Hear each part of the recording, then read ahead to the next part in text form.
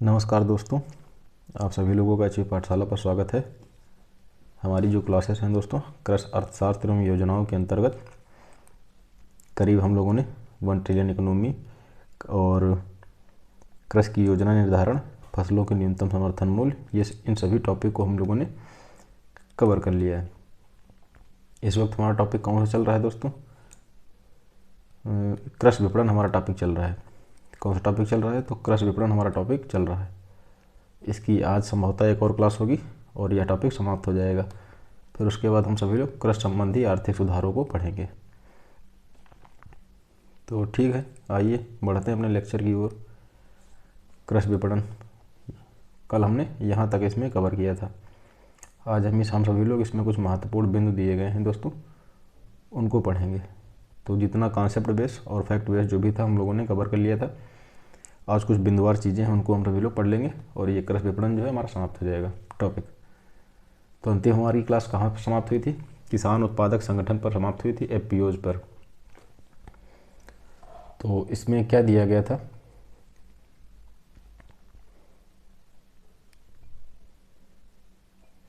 इसमें यह कहा गया है कि दोस्तों, भारत सरकार ने वर्ष 2027-28 तक 10,000 नए किसान उत्पादक संगठन बनाने और उनको बढ़ावा देने के लिए 10,000 किसान उत्पादक संगठनों के गठन और संवर्धन की एक केंद्रीय क्षेत्रक योजना की शुरुआत की है। अच्छा, ये एफपीओज होते क्या हैं? थोड़ा इनको समझ लेते हैं। तो वैसे तो इसका फुल फॉर्म है फार्मर प्रोड्यूसर ऑर्गेनाइजेशन। इसके अंतर्गत दोस्तों यह एक प्रकार की कह सकते हैं कानूनी इकाई है, जिसमें जो किसान होते हैं, दुग्ध उत्पाद, मछुआरे, बुनकर, ग्रामीण, कारीगर, शिल्पकार, ये सभी दोस्तों आज शामिल होते हैं। और जो एफपीओ होता है, ये सोसाइटी अधिनियम या भारतीय कंपनी अधिनियम के अंतर्गत पंजीकृत है। और इसके कुछ कार्यों की बात करें तो सामूहिक रूप से विपणन करना, कृषि इनपुट की थोक खरीद, कृषि मशीनीकरण, ये सब इसके कुछ प्रमुख कार्यों में शामिल है।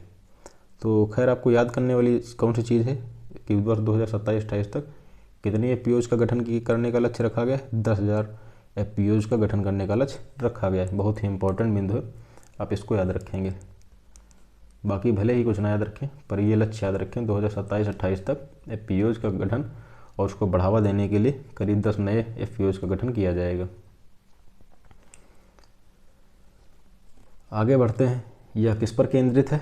तो क्लस्टर आधारित दृष्टिकोण को अपनाता है और एक जिला एक उत्पाद योजना पर केंद्रित है। हम सभी लोगों ने एक जिला और एक उत्पाद योजना पर भी कल बात की थी। हालांकि ये तो खैर उत्तर प्रदेश के अंतर्गत जब जो भी विशेष वगैरह अगर क्लासेस हम लोग करेंगे तो उसमें पढ़ेंगे। 24 जनवरी 2018 को इसकी शुरुआत हुई थी, जिसकी मूल अवधारणा जापान सरकार के से प्रेरित है, जहाँ पर वर्ष 1979 में इस कार्यक्रम को चालू किया गया था। और अगर हम कुछ जो आंकड़े जारी हुए थे उन पर नज़र डालें तो जनवरी 2022 तक 1963 एफपीओ पंजीकृत किए गए थे। तो सभी लोगों ने यहाँ तक कल पढ़ा था। अब हम सभी लोग आगे पढ़ेंगे दोस्तों। आज की हमारी क्लास यहाँ से आरंभ हो रही है। एग्रीकल्चर मार्केटिंग, कृषि विपणन तो क्या है, इसके दोष कौन से हैं, इसकी विशेषताएं क्या है, ये हम सभी लोग कल की क्लास में कर चुके हैं। उसको आप सभी लोग ज़रूर पढ़िए, प्ले लिस्ट वगैरह में आपको देखने को ज़रूर मिल जाएंगी। और आप सभी लोग टेलीग्राम चैनल को ज़रूर ज्वाइन करें। जो क्लासेस हैं दोस्तों, ये क्लास कंप्लीट होने के कुछ दिनों बाद आपको टेलीग्राम चैनल पर मिल जाएगी। थोड़ा टाइम लग सकता है, क्योंकि अगर मैं यहाँ से सीधे तौर पर आपको पीडीएफ शेयर करूँगा तो इसके जो जहाँ से मैं पढ़ाता हूँ दोस्तों, उसके वाटरमार्क वगैरह आ जाते हैं, तो आपको चीज़ें दिखाई नहीं देंगी। तो यहाँ से पढ़ाने के बाद थोड़ा टाइम लग सकता है, क्योंकि उसको रिक्रिएट करना पड़ता है पीडीएफ को, तब आपको शेयर कर दी जाएगी टेलीग्राम चैनल पर। तो खैर, उसको टेलीग्राम चैनल को आप लोग ज्वाइन कर लीजिए। और चलिए अपनी क्लास को हम आरम्भ करते हैं। एग्रीकल्चर मार्केटिंग, वैसे तो कृषि विपणन को हम सभी लोगों ने पढ़ लिया है। कृषि विपणन है क्या? अगर हम शुरुआती दौर पर अगर बात करें तो कृषि उत्पादों को खेत से लेकर के उपभोक्ताओं तक पहुंचाने की जो क्रिया या जो भी सेवाएं हैं वो सभी कृषि मार्केटिंग, एग्रीकल्चर मार्केटिंग के अंतर्गत शामिल होते हैं। तो सीधे तौर पर परिभाषा भी दे करके पूछ सकता है कि निम्नलिखित में से कृषि विपणन से कौन सी चीज़ संबंधित है, या जो भी आपके ऑप्शन दिए हों उसमें दिया जा सकता है कौन सी चीज़ कौन सा ऑप्शन आपका एग्रीकल्चर मार्केटिंग से रिलेटेड है। तो कृषि उत्पादों को खेत से लेकर के उपभोक्ता तक, यहाँ पर किसकी बात की जा रही है एग्रीकल्चर मार्केटिंग में? जो उत्पाद हैं दोस्तों, उत्पादों को खेत से लेकर उपभोक्ता तक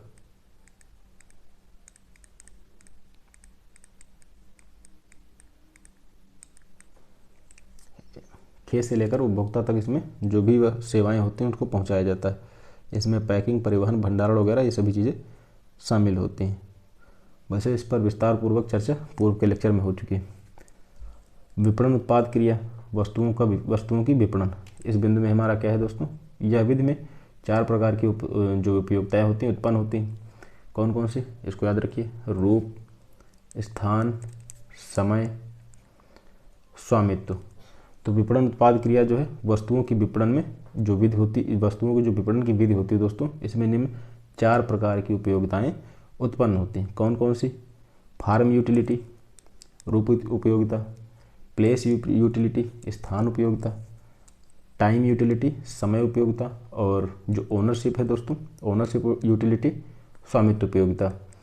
तो अगर इसकी हम एक ट्रिक बना लें, कैसे इसकी ट्रिक बनाएंगे तो क्या हो सकती है, एफ से हो गया आपका फार्म यूटिलिटी, एफ से हो गया आपका फार्म, एफ पी, टी और ओ, ये 4 चीज़ें दी गई। तो अगर इसको हम कुछ शब्दों का झाल मेल करें तो जैसे आपका हो गया O T P. O T P तो आपको याद ही हो सकती है, ओ टी पी और एफ आप अलग से याद रख लीजिए। ओ टी पी से हो गया, ओ से आपका हो गया ओनरशिप, टी से हो गया टाइम, पी से हो गया प्लेस और एफ से क्या हो गया आपका फार्म यूटिलिटी। तो अगर इसकी हम ट्रिक बात करें, कौन सी चीज़ इसकी ट्रिक जो आपको याद रखने में सहायता प्रदान कर सकती है, ओ टी पी एफ, ये हो गई। ओ से हो गया आपका ownership, time utility, place utility और फार्म यूटिलिटी। तो वस्तुओं की विपणन की ये 4 विधियाँ हैं, इसको याद रखिए। जैसे मान लीजिए आपसे क्वेश्चन पूछ लिया जाता है कि निम्नलिखित में से कौन सी एक विधि नहीं है जो विपणन से संबंधित नहीं है, या किसी भी प्रकार का प्रश्न बन सकता है, तो आप इन 4 चीज़ों को याद रखिए। 4 प्रकार की दोस्तों ये उपयोगिताएं हैं, ठीक है। क्या है ये, तो उपयोगिताएं हैं।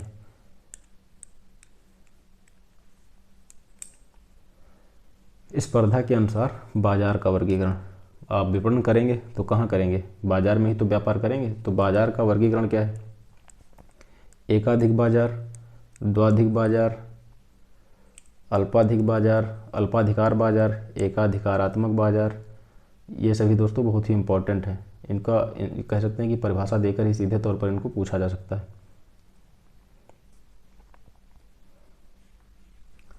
खैर, एकाधिक बाजार क्या होती है, जब बाजार में वस्तु का एक ही विक्रेता हो। जैसे जो बाजार है दोस्तों, हमारी मार्केट है, उसमें किसी वस्तु का एक ही विक्रेता हो, ठीक है। क्या हो, एक ही विक्रेता हो, तो वह बाजार एकाधिक बाजार, मोनोपोली मार्केट कहलाती है। मोनोपोली मार्केट क्या कहलाती है, जैसे जो हमारी मार्केट होती है दोस्तों, जो उसमें वस्तुएं होती हैं, उसमें एक ही विक्रेता हो। विक्रेता कौन होता है, जो चीज़ों को बेचता है वह विक्रेता होता है। तो वह मोनोपोली मार्केट आपकी कहलाती है। तो अगर आपसे पूछा जाता है कि मोनोपोली मार्केट का संबंध किससे है, तो मोनोपोली मार्केट दोस्तों वही है जो जिस बाजार में किसी वस्तु का एक ही विक्रेता होता है, तो उसे मोनोपोली मार्केट कहते हैं। और जब गौर करने वाली बात यह है कि जब बाजार में वस्तु का एक क्रेता हो, तो बाजार को क्या कहा जाएगा, एक क्रेताधिकार बाजार, अर्थात मोनोस्पोली मार्केट कहा जाएगा।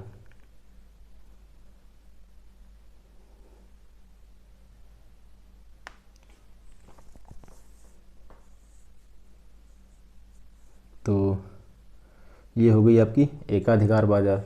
तो जैसे जो एकाधिकार मोनोपोली मार्केट किसे कहते हैं, किसी वस्तु का एक ही विक्रेता हो तो उसे मोनोपोली मार्केट कहते हैं। वहीं मोनोस्पोली मार्केट किसे कहते हैं, जब किसी वस्तु का एक क्रेता होता है दोस्तों। तो जो एक क्रेता होगा उसको हम सभी लोग एक क्रेताधिकार बाजार कहेंगे। द्वाधिकार बाजार क्या है, ड्यूप्सोनी मार्केट किसे कहा जाता है। इन बाजार वस्तुओं में 2 ही विक्रेता होते हैं। कितने होते हैं, 2 ही विक्रेता होते हैं। बाजार वस्तुओं के 2 ही क्रेता होने की स्थिति में बाजार को, और जब 2 क्रेता हों तो क्या कहा जाएगा, ड्यूप्सोनी मार्केट कहा जाएगा। तो जो द्वैधाधिकार बाजार होती है इसमें दो ही विक्रेता होते हैं और दो ही क्रेता होते हैं। तो इस प्रकार की स्थिति को क्या कहा जाएगा? ड्यूप्सोनी मार्केट कहा जाएगा। इन सभी को बहुत ही जरूरी बिंदु हैं, इनको याद रखिए। अल्पाधिकार बाजार क्या है? अल्पाधिकार बाजार क्या है? इस प्रकार के बाजारों में वस्तुओं के दो से अधिक विक्रेता होते हैं। कितने होते हैं? दो से। ये कीवर्ड है, इनको आप नोट कर लीजिए। अल्पाधिकार बाजार, ओलिगोपोली मार्केट किसे कहते हैं? इस प्रकार के बाजारों में वस्तुओं के जो दोस्तों दो से अधिक विक्रेता होते हैं, परंतु पूर्ण स्पर्धा का क्या होता है? अभाव होता है। अल्पाधिकार बाजार में विक्रेता तो दो से अधिक होते हैं, किंतु गौर करने वाली बात यह है कि पूर्ण स्पर्धा का इसमें अभाव होता है। वस्तुओं के क्रेताओं की संख्या दो से अधिक होती है। जो क्रेता होते हैं, जो बायर्स होते हैं दोस्तों, दो से अधिक होते हैं, लेकिन ज़्यादा नहीं होने की स्थिति में बाजार को अल्प क्रेता अधिकार अर्थात ओलिगोपोली मार्केट कहा जाता है। क्या कहा जाता है? ओलिगोपोली मार्केट कहा जाता है। तो अल्पाधिकार बाजार में जो विक्रेता होते हैं दो से अधिक होते हैं, परंतु पूर्ण स्पर्धा प्रतिस्पर्धा का उसमें हमें अभाव देखने को मिलता है। अच्छा, वस्तुओं के जो क्रेता होते हैं उनकी संख्या, बायर्स जो होते हैं उनकी संख्या तो दो से अधिक होती है, किंतु इतनी पर्याप्त मात्रा नहीं होती है उनकी। तो उसको हम सभी लोग क्या कहते हैं? अल्प क्रेता अधिकार बाजार। अल्प का तात्पर्य है कि मतलब थोड़ा कम क्रेता, तो उसे हम सभी लोग क्या कहेंगे? ओलिगोपोली मार्केट कहेंगे। अब अल्पाधिकार बाजार हमने पढ़ लिया। अगला हमारा बिंदु है एकाधिकारात्मक बाजार, मोनोपोलिस्टिक मार्केट। मोनोपोलिस्टिक मार्केट, तो यह क्या है? इस प्रकार के बाजार में क्रेता एवं विक्रेता अधिक संख्या में होते हैं। एकाधिकारात्मक बाजार में क्या होते हैं दोस्तों? क्रेता एवं विक्रेता जो होते हैं अधिक संख्या में होते हैं। इन बाजारों में वस्तुओं की किस्म में डाइवर्सिटी होती है। वस्तुओं की जो किस्में होती हैं उसमें क्या होता है? डाइवर्सिटी हमें देखने को मिलती है। ठीक है, तो अगले बिंदु से, इन बिंदु पर आने से पूर्व हम क्या करते हैं, थोड़ा इसको समझ लेते हैं, क्योंकि ये पूछे गए हैं कुछ एग्जाम्स में। और आप चीज़ों को अगर समझ लेंगे अच्छे से तो ये थोड़ा कॉन्सेप्ट बेस है, आसानी से आप इसको रटने की भी ज़रूरत नहीं। एकाधिकार बाजार का तात्पर्य क्या है? एकाधिकार का तात्पर्य किसी एक व्यक्ति का अधिकार। तो उसमें क्या होता है? वस्तुओं का एक ही विक्रेता होता है और एक ही आमतौर पर क्रेता होता है। तो एक ही विक्रेता जब होगा तो उसे हम क्या कहेंगे? मोनोपोली मार्केट कहेंगे। और जब एक क्रेता होगा तो उसे मोनोस्पोनी मार्केट कहा जाएगा। ठीक है, एक क्रेता अधिकार बाजार कहा जाएगा। वहीं जो ड्यूप्सोनी मार्केट होता है, ड्यूप्सोनी, द्वा का तात्पर्य क्या है? दो। तो दो ही विक्रेता होते हैं और दो ही क्रेता होने की स्थिति में हम जो दो विक्रेता होंगे दोस्तों और दो ही क्रेता जब किसी बाजार में पाए जाएंगे तो द्विविक्रेता अधिकार बाजार अर्थात ड्यूप्सोनी मार्केट कहा जाएगा। उम्मीद है चीज़ों को समझने में इतनी कठिनाई नहीं हो रही होगी। अल्पाधिकार बाजार क्या है? अल्प अधिकार, कम अधिकार। तो इसमें दो से अधिक विक्रेता तो होते हैं, परंतु हमें पूर्ण स्पर्धा का अभाव देखने को मिलता है। क्रेताओं की संख्या तो दो से अधिक होती है, लेकिन पर्याप्त नहीं होती है, ज़्यादा नहीं होती है। तो हम सभी लोग उसे क्या कहेंगे? अल्प क्रेता अधिकार बाजार, ओलिगोपोली मार्केट कहेंगे। एकाधिकारात्मक बाजार, इस मार्केट के बाजार में क्रेता एवं विक्रेता जो होते हैं अधिक संख्या में होते हैं और डाइवर्सिटी होती है। जो इसमें किस्में होती हैं डाइवर्सिटी होती हैं। मान लीजिए आपसे पूछा जाए कि किस प्रकार की मार्केट में हमें जो किस्में होती हैं उसमें डाइवर्सिटी देखने को मिलती है। बहुत ही इंपॉर्टेंट बिंदु है डाइवर्सिटी। तो किसमें देखने को मिलती है? मोनोपोलिस्टिक मार्केट में। अच्छा, आप थोड़ा अगर हम ट्रिक की बात करें कैसे याद रखें ताकि कंफ्यूज ना हो। डी, मान लीजिए आप डीएम डिस्ट्रिक्ट मजिस्ट्रेट से याद रख लीजिए। डीएम, डी से आपका क्या हो गया? डाइवर्सिटी हो गया। डी से आपका क्या हो गया? डाइवर्सिटी। कीवर्ड है, इनको निकाल लीजिए, आपको चीज़ें आसानी से समझ आ जाएंगी। एम से क्या हो गया? Monopolistic market.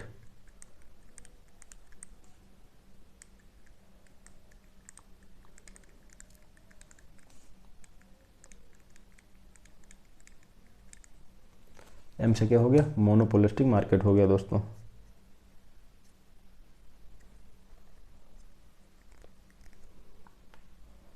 तो डीएम ऐसे याद रखिए। डी से आपका हो गया डाइवर्सिटी, जो किस्मों की विभिन्नता को दर्शाएगा, और एम से आपका हो गया मोनोपोलिस्टिक मार्केट हो गया।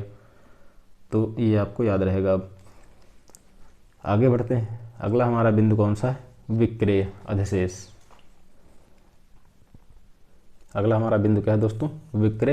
विक्रय अर्थात बिक्री योग्य अधिशेष, मार्केटेबल सरप्लस। बहुत ही इंपॉर्टेंट है। ये सभी जो भी बिंदु हैं दोस्तों इंपॉर्टेंट हैं, तो आप इनको याद रखिए। अच्छा, ये जो ये बिंदु है ज़रूरी नहीं है आपके इकोनॉमिक्स के अंतर्गत पूछे जाएं, ये एग्रीकल्चर के जो भी आपके टॉपिक दिए उन सब के लिए बहुत ही महत्वपूर्ण है। ठीक है, तो आइए बात करते हैं मार्केटेबल सरप्लस क्या है। पहली बात तो विक्रय इस शब्द से समझिए, विक्रय क्या है और बिक्री योग क्या है। विक्रय तो अधिशेष का वह मात्रा, अधिशेष की वह मात्रा जिसको कृषकों द्वारा कृषि के अलावा अन्य क्षेत्रों में कार्य कर रहे व्यक्तियों की आवश्यकता की पूर्ति हेतु उपलब्ध कराया जा सकता है, तो उसे क्या कहा जाएगा, बिक्री योग्य अधिशेष कहा जाएगा।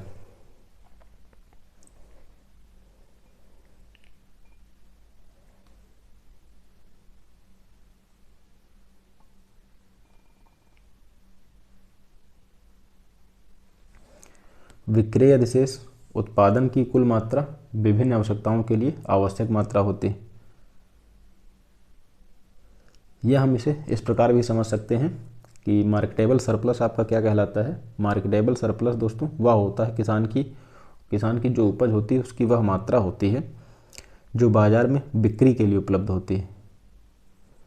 जो जो उपज की मात्रा होती है मार्केटेबल सरप्लस के अंतर्गत वह बाज़ार में बिक्री के लिए उपलब्ध होती है, अर्थात वह अपनी उपज को बाज़ार में बेचने के लिए तैयार होती है।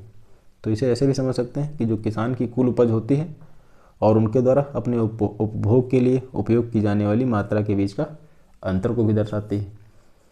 तो इसमें थोड़ा हो सकता है आपको याद करने में कठिनाई हो, जैसे कि अधिशेष की वह मात्रा जिसको कृषकों द्वारा कृषि के अलावा अन्य क्षेत्रों में कार्य कर रहे व्यक्तियों की आवश्यकता की पूर्ति हेतु उपलब्ध कराया जाता है। तो कहने का तात्पर्य यही है कि कृषि के अलावा जो अन्य सेक्टर में जो लोग भी काम करते हैं उनको पेट भरने के लिए तो अनाज चाहिए ना, तो कृषि के अलावा अन्य क्षेत्रों में कार्य कर रहे व्यक्तियों की आवश्यकताओं की पूर्ति के लिए उपलब्ध कराया जाता है, अर्थात वह मार्केट में अपनी उपज को क्या करते हैं, बेच सकते हैं। विक्रय अधिशेष उत्पादन की कुल मात्रा विभिन्न आवश्यकताओं के लिए आवश्यक मात्रा होती है। तो इसको मैं दूसरी तरह भी नोट कर दे रहा हूँ ताकि आप आसानी से समझ पाएंगे। किसान की उपज की वह मात्रा, किसान की उपज की वह मात्रा, किसान की उपज की वह मात्रा जो बाजार में बिक्री के लिए उपलब्ध है।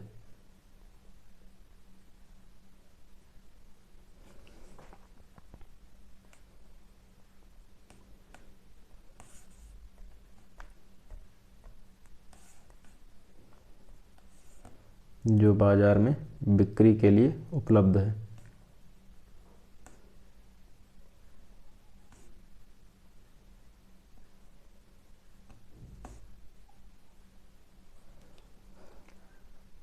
और इसे ऐसे भी समझ सकते हैं कि कुल उपज और उपभोग के लिए उपयोग की जाने वाली की मात्रा का बीच जो अंतर होता है उसको यह दर्शाती है। कुल उपज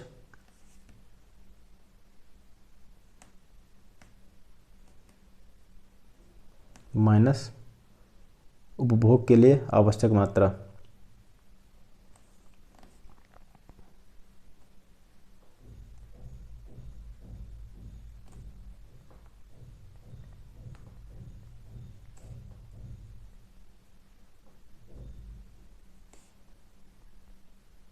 तो मार्केटेबल सरप्लस क्या है दोस्तों, मार्केटेबल जो सरप्लस होगा किसान की उपज की वह मात्रा होगी जो बाज़ार में बिक्री के लिए उपलब्ध होगी। तो किसान की जो भी कुल उपज होगी और उसके उपभोग के लिए जो आवश्यक मात्रा होगी उसमें से घटा दें या उसके अंतर को वह दर्शाएगी। ठीक है, अगर हम दूसरी तरह से बात करें तो कृषि के अलावा अन्य सेक्टर में कार्य कर रहे व्यक्तियों की जो आवश्यकताओं की पूर्ति के लिए जो मात्रा उपलब्ध होती है वह मार्केटेबल सरप्लस कहलाती है।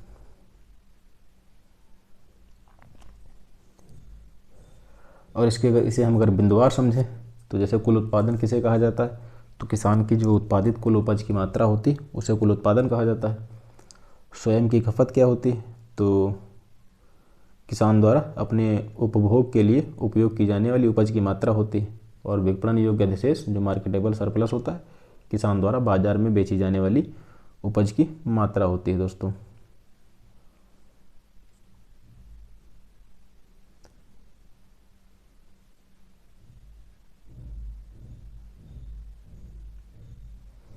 आगे बढ़ते हैं अगले बिंदु पर। अगला हमारा बिंदु क्या है, उम्मीद है यह बिंदु आप लोग समझ गए होंगे। मार्केटेड सरप्लस, इसे यह किसे कहते हैं, मार्केटेबल और मार्केटेड सरप्लस। तो वास्तव में कृषकों द्वारा विक्रय की गई उत्पाद की वह मात्रा जो सीधे रूप में उपभोक्ताओं अथवा व्यापारियों या दोनों को विक्रय करी जाती है, वह मार्केटेड सरप्लस कहलाती है। मार्केटेड सरप्लस किसे कहा जाता है,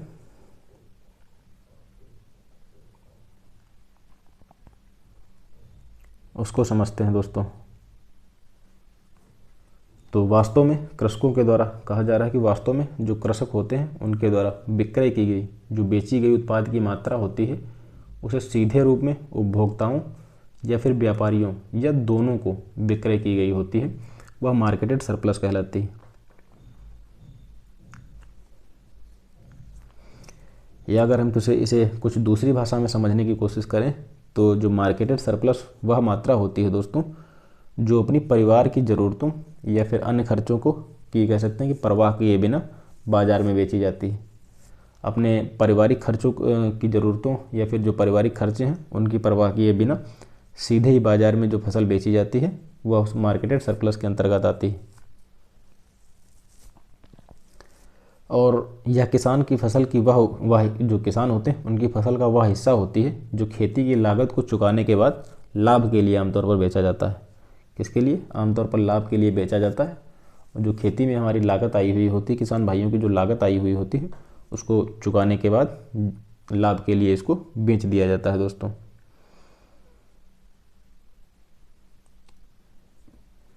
तो उम्मीद है आप समझ गए होंगे चीज़ों को, मार्केटेड सरप्लस क्या है और वो मार्केटेबल सरप्लस क्या है। तो मार्केटेबल सरप्लस हमारा क्या होता है, किसान की उपज की वह मात्रा जो बाज़ार में बिक्री के लिए उपलब्ध होती है। कुल उपज कितनी है और उपयोग के लिए उसकी कितनी आवश्यक मात्रा होती है, ठीक है। वहीं जो मार्केटेड सरप्लस होती है अपनी पारिवारिक ज़रूरतों की परवाह किए बिना सीधे तौर पर बाज़ार में बेची जाती है। आमतौर पर यह लाभ के लिए बेची जाती है। जो खेती की लागत होती है उसको चुकाने के बाद लाभ कमाने के लिए यह सीधे रूप में उपभोक्ताओं या फिर व्यापारियों या दोनों को क्या की जाती है, विक्रय कर दी जाती है दोस्तों।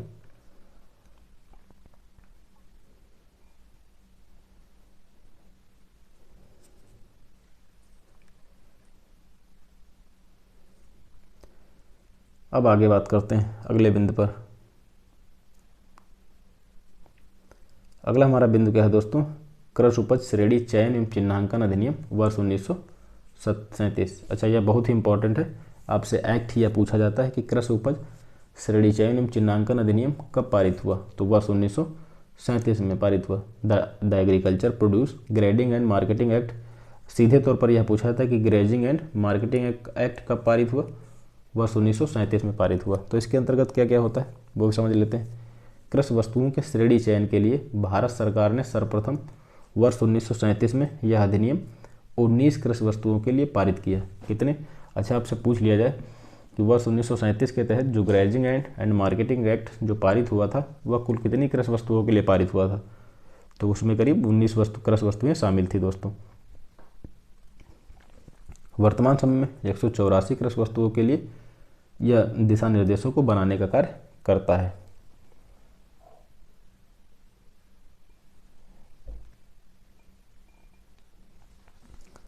तो अगर आपसे पूछा जाए कि यह कब पारित किया गया, तो वर्ष 1937 में ग्रेडिंग एंड मार्केटिंग एक्ट पारित हुआ।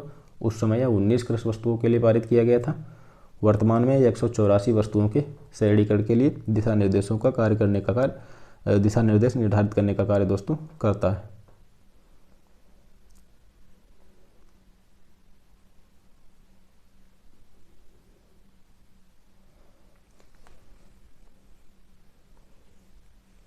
एगमार्क अधिनियम वर्ष 1937, कौन सा अधिनियम, तो एगमार्क अधिनियम वर्ष 1937 को विपणन और निरीक्षण निर्देशालय द्वारा अनुमोदित किया गया, जो कृषि विभाग के अंतर्गत आता है। यह भी पूछा जाता है, एगमार्क अधिनियम को लेकर के प्रश्न पूछे जाते हैं। तो वर्ष 1937 में पारित किया गया दोस्तों, ठीक है।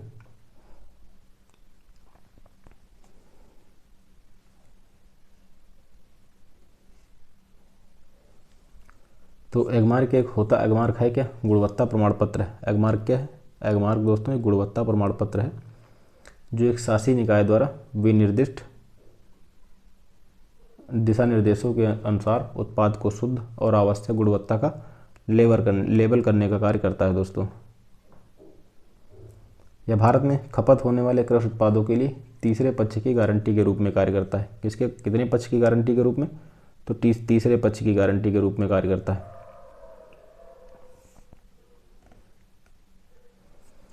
एगमार्क की गुणवत्ता, एगमार्क का किससे संबंध होता है? यह भी पूछा जाता है कि एगमार्क का संबंध किससे होता है।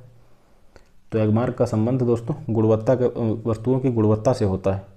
गुणवत्ता का तात्पर्य है कितनी चीज़ बेहतर है कैसी नहीं, इन सब का जो इनकी जो दिशा निर्देश निर्धारित करने का कार्य करता है वो कौन करता है? तो वो आपका एगमार्क करता है। एगमार्क एक्ट कब पारित हुआ? तो वर्ष 1937 में पारित हुआ था।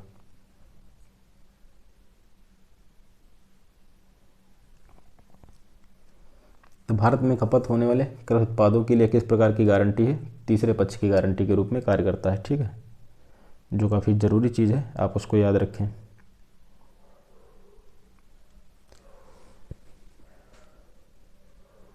आइए आगे बढ़ते हैं। उत्पाद जो एगमार्क के अंतर्गत आते हैं, एगमार्क के अंतर्गत कौन कौन से दोस्तों उत्पाद आते हैं, उनको भी आपको याद रखना है।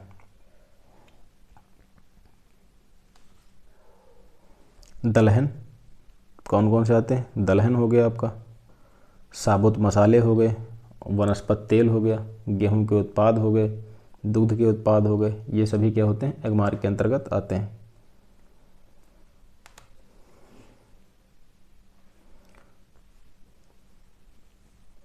दलहन, साबुत मसाले, वनस्पति तेल, गेहूं के उत्पाद, दूध के उत्पाद, ये सभी एगमार्क के अंतर्गत आते हैं, जिनके लिए दिशा निर्देशों को निर्धारण करने का कार्य करता है।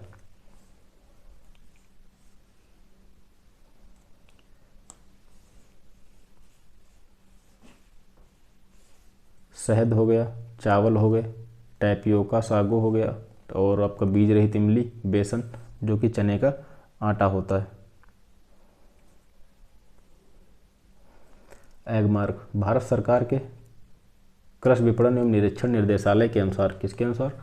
भारत सरकार के कृषि विपणन एवं निरीक्षण निर्देशालय DMI के अनुसार वस्तु की गुणवत्ता एवं शुद्धता के प्रतीक के रूप में श्रेणीकृत वस्तुओं के बक्सों, टोकरियों, टीन अथवा ड्रमों पर एगमार्क लेबल अंकित किया जाता है। अब यहाँ से आपको इम्पोर्टेंट है, याद रखना है। बाकी इसका अधिनियम कब पारित हुआ ये आपको याद रखना था, और किन किन जो कौन कौन से उत्पाद हैं इसके अंतर्गत आते हैं उसको वो आपको याद रखना था। लेते हैं थोड़ा विशिष्ट श्रेणी की वस्तुओं के लिए ये ब्रैकेट नहीं है, वही थोड़ा कंफ्यूजिंग लग रहा था मेरे को। विशिष्ट श्रेणी की वस्तुओं के लिए सफ़ेद, ए श्रेणी की वस्तुओं के लिए आपका लाल होगा, बी श्रेणी की वस्तुओं के लिए नीला होगा, सी श्रेणी की वस्तुओं के लिए पीला होगा, डी श्रेणी की वस्तुओं के लिए हरा रंग होगा। ये एगमार्क पर अंकित किए जाते हैं। तो आइए इसको नोट कर देते हैं, मैं यहाँ पर नोट कर देता हूँ ताकि आपको कंफ्यूजिंग ना लगे। विशिष्ट श्रेणी की जो है, विशिष्ट श्रेणी के लिए आपका कौन सा रंग हो जाएगा? ये हो जाएगा सफ़ेद। ये यहाँ पर जो ब्रैकेट लगा है ये थोड़ा चीज़ों को कंफ्यूज कर रहा है, तो ये ब्रैकेट मैं हटा देता हूँ। यहाँ पर ब्रैकेट नहीं दोस्तों, यह इधर भी लगा देते हैं, तो ये इसके लिए सफ़ेद हो जाएगा।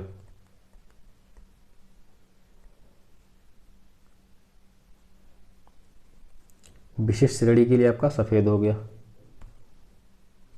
ए श्रेणी की वस्तुओं के लिए आपका लाल हो गया। ए श्रेणी के लिए कौन सा हो गया रंग? लाल। और बी श्रेणी के लिए आपका कौन सा हो गया? नीला। वहीं सी श्रेणी के लिए पीला हो गया। डी श्रेणी के लिए नीला, डी श्रेणी के लिए आपका हरा हो गया। ये चीज़ें हो गई आपके लिए। तो एगमार्क भारत सरकार के कृषि विपणन एवं निरीक्षण निर्देशालय के अनुसार वस्तु की गुणवत्ता एवं उसकी शुद्धता का प्रतीक होता है। कौन सा होता है? तो उसकी गुणवत्ता एवं शुद्धता का प्रतीक के रूप में कार्य करता है। एगमार्क लेबल जो होता है दोस्तों, उसमें कौन कौन से कलर इस्तेमाल किए जाते हैं? तो विशिष्ट श्रेणी के लिए आप सात से सफ़ेद याद रखिए। विशिष्ट श्रेणी के लिए सफ़ेद, ए श्रेणी की वस्तुओं के लिए लाल, बी श्रेणी की वस्तुओं के लिए नीला, सी श्रेणी के लिए पीला और डी श्रेणी के लिए हरे रंग का मार्क अंकित किया जाता है। आगे बढ़ते हैं। तो राष्ट्रीय ग्रामीण गोदाम ग्रिड योजना की शुरुआत कब हुई? जो राष्ट्रीय ग्रामीण गोदाम ग्रिड योजना है, इसकी शुरुआत कब हुई? यह क्या है, इसको थोड़ा समझ लेते हैं। National grid of rural godowns NGRG यह योजना दोस्तों जुलाई 1979 को लागू हुई थी। इस योजना का मुख्य उद्देश्य क्या था? इसका ऑब्जेक्टिव क्या है?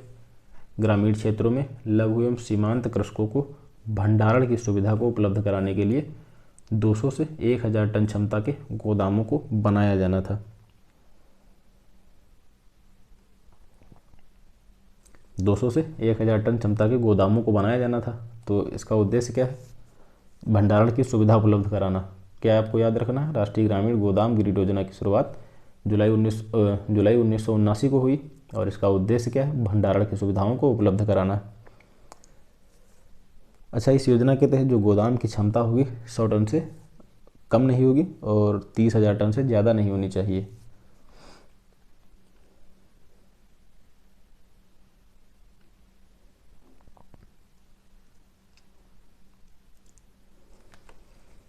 आगे बढ़ते हैं। पॉइंट नंबर हमारा 8 कौन सा है? कोल्ड स्टोरेज, शीत संग्रह घर। ये क्या है?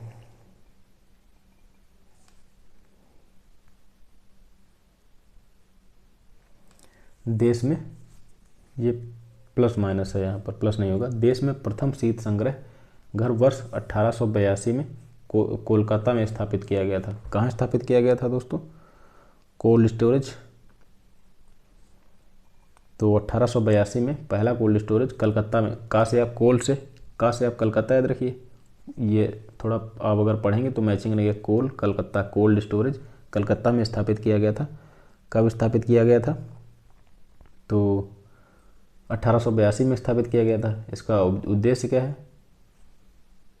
जो अतिशीघ्र कह सकते हैं, जो हमारी वस्तुएं होती हैं जो बहुत ही शीघ्रता से क्या होती हैं, नष्ट होती हैं, उनके भंडारण के लिए इनका इस्तेमाल किया जाता है। इसका तापमान आमतौर पर 27-27 डिग्री सेल्सियस अर्थात प्लस माइनस 27 डिग्री सेल्सियस।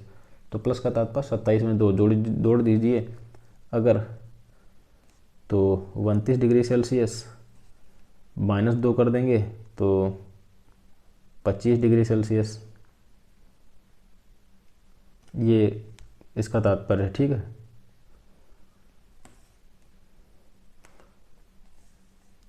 और कहीं कहीं पर आपको 30 डिग्री सेल्सियस भी इसका तापमान देखने को मिलेगा।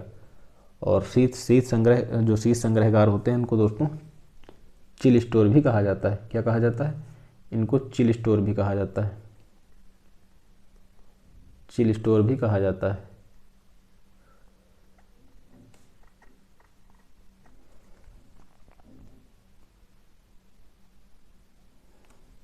तो शीत संग्रह जो हमारा पहला है, कहाँ खोला गया था? पहला हमारा शीत संग्रह खोला गया था कलकत्ता में 1882 में। इसका उद्देश्य क्या है? जो अतिशीघ्र वस्तुएं नष्ट होती हैं उनको भंडारित किया जाना चाहिए। प्लस माइनस 27 इसका तापमान होना चाहिए।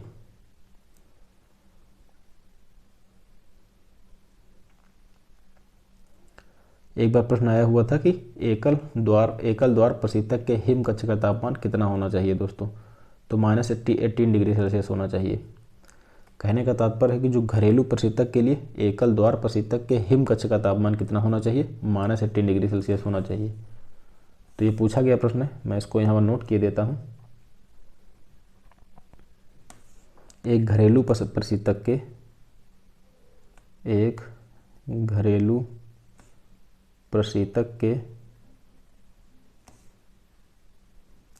एकल द्वार प्रशीतक के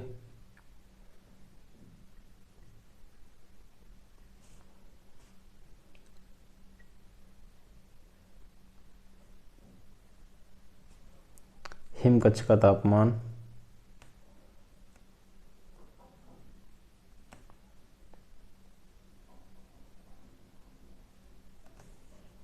-18 डिग्री सेल्सियस होता है।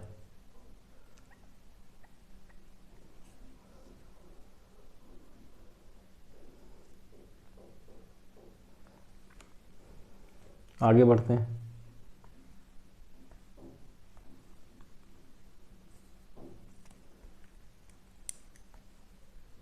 विपणन एवं निरीक्षण निर्देशालय। अगला हमारा बिंदु क्या है, बिंदु नंबर 9, विपणन एवं निरीक्षण निर्देशालय, directorate of marketing and inspection. कृषि जिन्सों का आयात निर्यात आप पे टॉपिक भी कृषि एग्रीकल्चर इकोनॉमिक्स के अंतर्गत, तो उसमें कुछ चीज़ों को हम लोग पढ़ेंगे जब टॉपिक को पढ़ रहे होंगे। खैर, कृषि जिन्सों के विपणन परिज्ञान मार्केट इंटेलिजेंस के कार्यों के लिए वर्ष 1935 में विपणन एवं निरीक्षण निर्देशालय दिल्ली में स्थापित किया गया था। वर्ष 1958 में निर्देशालय का मुख्य कार्यालय नागपुर में स्थानांतरित कर दिया गया। इसका विपणन सलाहकार कार्यालय जो कहाँ स्थित है, फरीदाबाद में स्थित है।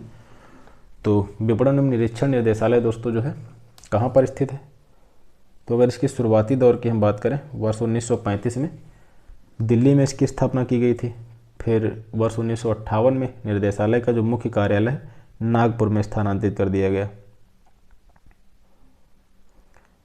और इसका विपणन सलाहकार कार्यालय फरीदाबाद में स्थित है। ये पूछा जाता है, इसका विपणन सलाहकार कार्यालय कहाँ स्थित है, फरीदाबाद में स्थित है। किस मंत्रालय के तहत कार्यरत है, तो कृषि और किसान कल्याण मंत्रालय के अंतर्गत कार्यरत है।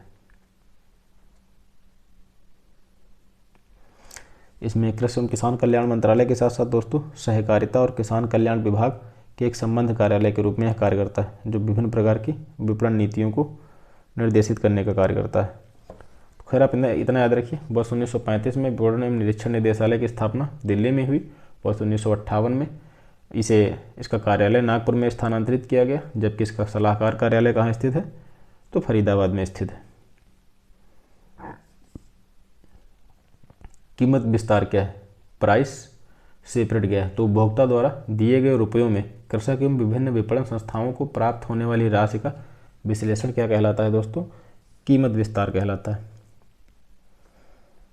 कीमत विस्तार किसे कहा जाता है, तो उपभोक्ता द्वारा दिए गए रुपयों में से कृषक एवं विभिन्न विपणन संस्थाओं को प्राप्त होने वाली राशि का जो विश्लेषण होता है उसे क्या कहा जाता है, कीमत विस्तार कहा जाता है। या इसे क्या कहा जाता है, दो कीमतों के बीच का अंतर होता है, या मोटे तौर पर हम क्या कह सकते हैं कि दो कीमतों के बीच का अंतर।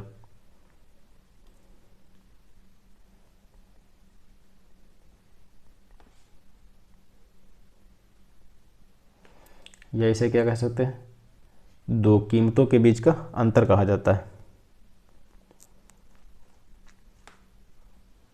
अगला हमारा बिंदु क्या है, नियंत्रित मंडियां, जो रेगुलेटेड मार्केट होते हैं वो क्या होती हैं, ये इसको समझते हैं। नियंत्रित मंडियां क्या है,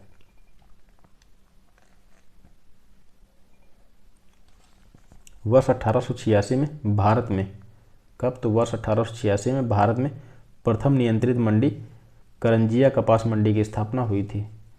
तो करंजिया कपास मंडी की स्थापना कब हुई थी दोस्तों, 1886 में हुई थी। पूछा जाता है कि करंजिया कपास मंडी की स्थापना कब हुई, वर्ष 1886 में हुई थी। वैसे अगर हम रेगुलेटेड मार्केट की बात करें, रेगुलेटेड मार्केट होती क्या है, तो ये एक ऐसी आर्थिक व्यवस्था होती है जिसमें या तो सरकार या फिर सरकार के द्वारा निर्धारित किसी अन्य प्रकार की कोई आधिकारिक संस्था बाजार पर नियंत्रण रखने का कार्य करती है। और जो यह नियंत्रण होता है, नियंत्रण का मुख्य उद्देश्य क्या होता है कि बाजार में मांग और आपूर्ति को संतुलित रूप से बनाए रखना, ना बहुत ज़्यादा महंगाई हो, ना बहुत ज़्यादा तो कह सकते हैं कि मंदी हो, और उचित मांग भी हो और उचित आपूर्ति भी हो। ये रेगुलेटेड मार्केट होती हैं, इनकी कुछ प्रमुख विशेषताएं होती हैं। तो खैर, आपको याद क्या रखना है, करंजिया कपास मंडी की स्थापना कब हुई, वर्ष 1886 में हुई थी। काफ़ी जरूरी बिंदु है जो आपको याद रखना है।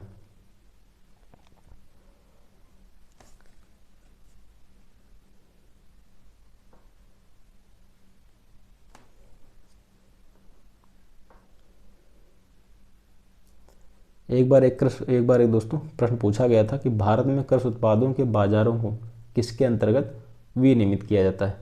यह यूपीएससी सिविल सर्विसेज एग्जाम के अंतर्गत पूछा गया है। भारत में कृषि उत्पादों के बाजारों को किसके अंतर्गत विनियमित किया जाता है।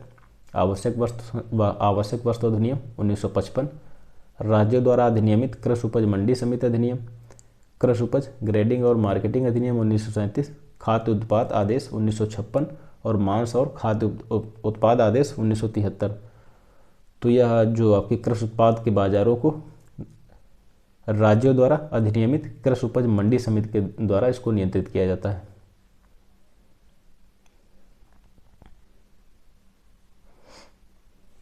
मैं यहाँ पर नोट कर देता हूँ, इम्पोर्टेंट सवाल है।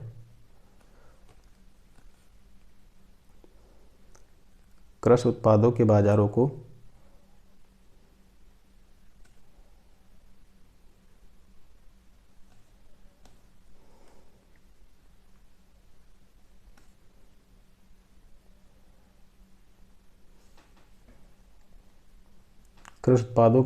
को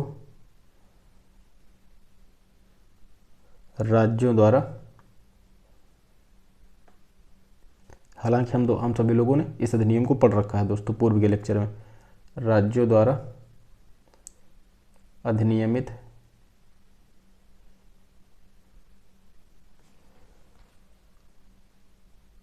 कृषि उपज मंडी समिति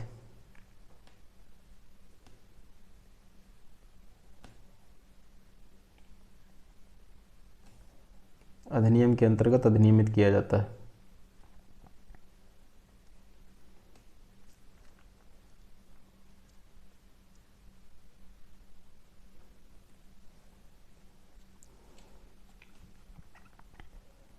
अधिनियमित किया जाता है। यह यूपीएससी के तहत पूछा गया प्रश्न है। कृषि उत्पादों के बाजारों को राज्यों द्वारा अधिनियमित कृषि उपज मंडी समिति अधिनियम के अंतर्गत दोस्तों इसको अधिनियमित किया जाता है।